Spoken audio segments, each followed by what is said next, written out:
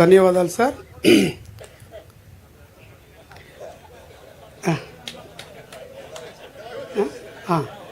నమస్కారం సార్. ముందుగా నేను ఆరాధించే నాయకులే నా ముందు ప్రత్యక్షం అయితే ఆ మనిషికి ఎంత అద్భుతమైన అనుభూతి ఉంటుందనేది ఒక ప్రత్యక్ష నిదర్శనం.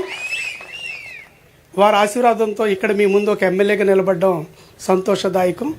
వారిని అతి దగ్గరగా చూసే ఒక మహద్భాగ్యం 3.5 ఏళ్ళు నాకు కలిగింది. వారు ఆలోచన తీరు కానీ వారి యొక్క తపన కానీ చూసినప్పుడు చాలా ఆశ్చర్యం వేసేది. ఎందుకంటే మనం ఈ రోజు గురించి, రేపటి గురించి, 5 ఏళ్ల గురించి ఆలోచిస్తే వారు 10 ఏళ్లకి, 15 ఏళ్లకి, 50 ఏళ్లకి, 100 ఏళ్లకి కూడా ఒక విజన్ తయారు చేసి ముందుకు తీసుకెళ్లే క్రమం.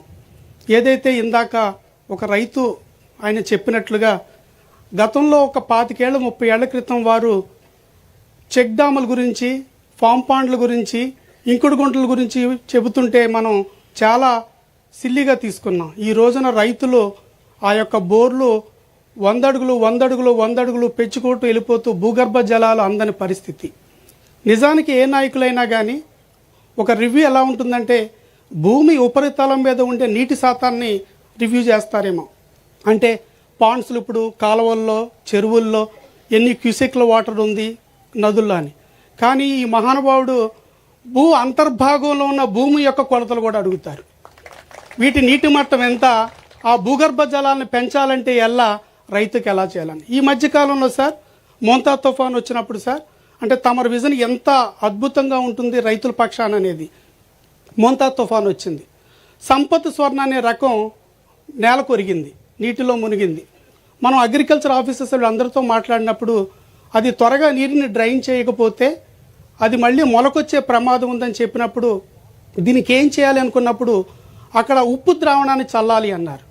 మరి ఉప్పు ద్రావణం చల్లాలంటే ఇన్ని వేల ఎకరాలు ఎలా చల్లగలుగుతాం, పంటను ఎలా కాపాడుకోగలుగుతాం అన్నప్పుడు తక్షణం మా మెదడులోకి వచ్చిన మరో అంశం, వారు అధికారంలోకి రాగానే ఏదైతే యంత్రాంగం మొత్తాన్ని సమాయత్తం పరిచి యాంత్రికలు ఏదైతే వ్యవసాయానికి అవసరమయ్యే యంత్రాలన్నింటికి సబ్సిడీ రూపేణ ఆయన ఇవ్వడం, అందులో డ్రోన్లు ఉండడం, ఆ డ్రోన్లు ఉపయోగించి గోపాలపురం నియోజకవర్గంలో ఉప్పు ద్రావణాన్ని వేలాది ఎకరాల్లో చల్లాం. మీ అందరికీ తెలుసు. ఆ రోజు మనమంతా ఒక టెలికాన్ఫరెన్స్ పెట్టుకుని మనం ఏం చేయాలో మాట్లాడుకుని ఆ యొక్క డ్రోన్లు ఉపయోగించి ఉప్పు ద్రావణాన్ని జల్లడం ద్వారా ఆ ఒక్కరోజు మనకు ఉపద్రవం వచ్చింది. తర్వాత నీరంతా డ్రైన్ అవుట్ అయిపోయింది. ఆ ఒక్క వరి పంటని కాపాడుకోగలిగాం, రైతు పంటని కాపాడుకోగలిగాం. అంటే వారి ఆలోచన కానీ విజన్ కానీ ఎంత సుదూరాన్న ఉంటుందంటే ఈ రోజున మరీ ముఖ్యంగా అండి, ఇప్పుడు ఈ రోజున రైతుల్ని ఎలా వాళ్ళ యొక్క ఆదాయాన్ని పెంచాలి, రైతు యొక్క ఉత్పాదక శక్తిని పెంచాలి అనేది ఒకటి. అలాగే జీడిపిలో ప్రధానంగా ఉండే వ్యవసాయ ఉత్పత్తులు పెంచాలి, దీన్ని మల్టీ లేయర్ టెక్నాలజీగా తీసుకురావాలని, భూగర్భ జలాలు పెంచాలని, రైతుకి మార్కెటింగ్ వాల్యూ పెంచాలని, ఇలాగ అనేక అంశాల్లో వారి యొక్క ఆలోచిస్తూ ముందుకెళ్తున్న తరుణంలో రైతన్న మీకోసం అని ఒక అంశం మీద 5 అంశాలు తీసుకున్నారు.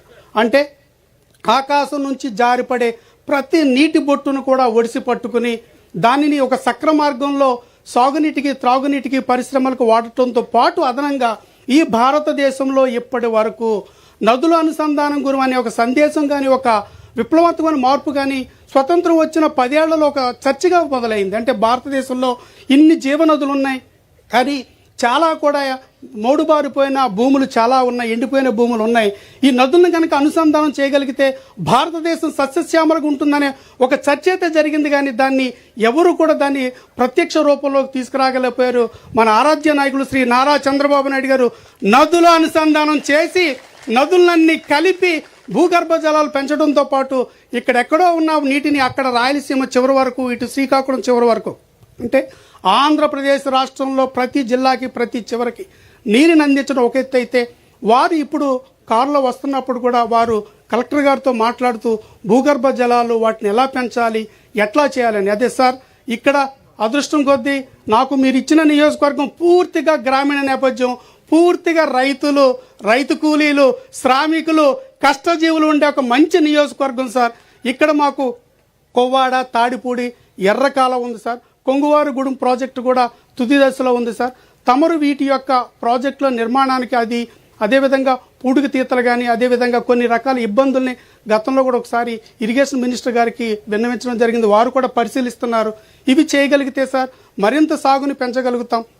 అదేవిధంగా క్రాప్ కన్వర్షన్ కూడా బాగా జరుగుతుంది సార్. తమరు ఇందాక చెప్పారు సార్, ఖచ్చితంగా సార్ మేము వ్యవసాయ అధికారులతో కూడా అనుసంధానం చేసుకుని కలెక్టర్ గారి ద్వారా అలాగే గౌరవ మంత్రి గారి ద్వారా అనుసంధానం చేసుకుని ఈ నియోజకవర్గాన్ని ఈ యొక్క ఏదైతే తమరు 5 అంశాలు ఏదైతే ఈరోజు ఇచ్చారో సార్, ఈ 5 అంశాల్లో మేము ఒక మార్పులు చేసి ఈ యొక్క సేంద్రియ ఎరువులతో పంటని ఒక సస్యశ్యామలంగా, అంటే ఇక్కడ ఒక మాట ఉంది సార్, భావితరాలు మా ముందు తరాల వాళ్ళు మాకు ఒక సారవంతమైన నేలను మాకు అందించారు, కానీ మేము దాన్ని విషతుల్యం చేసి ఎక్కువ రసాయనాలు వాడేసి మేము ఒక విషతుల్యమైన భూమిని భావితరాలకు అందించకూడదంటే సేంద్రియ ఎరువులోకి మార్పాల్సిన విధానాలు కూడా తమరు చెబుతున్నారు. ఖచ్చితంగా సార్ తమరిచ్చిన ప్రతి అంశాన్ని 5 అంశాలు వచ్చే సంవత్సరం ఒక టార్గెట్గా పెట్టుకుంటాం సార్. ఈసారి ఈ నేలపై మీరు అడుగెట్టారు సార్, మాకంతా ధన్యత.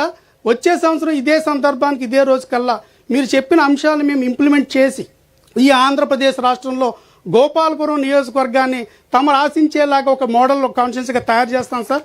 తమర ఆశీస్సులు ఎప్పుడు మాకు ఉండాలని కోరుకుంటూ మరొకసారి మీరు ఇక్కడ నేలపై అడుగెట్టినందుకు ధన్యతగా భావిస్తూ థ్యాంక్ యూ సార్. ధన్యవాదాలండి. మరి ఈరోజు మాన్య ముఖ్యమంత్రి వర్యులు ఈ గడ్డపై తమ పావన పాదాన్ని మోపినందుకు రైతులందరి హర్షధ్వానాల మధ్యన ఇప్పుడు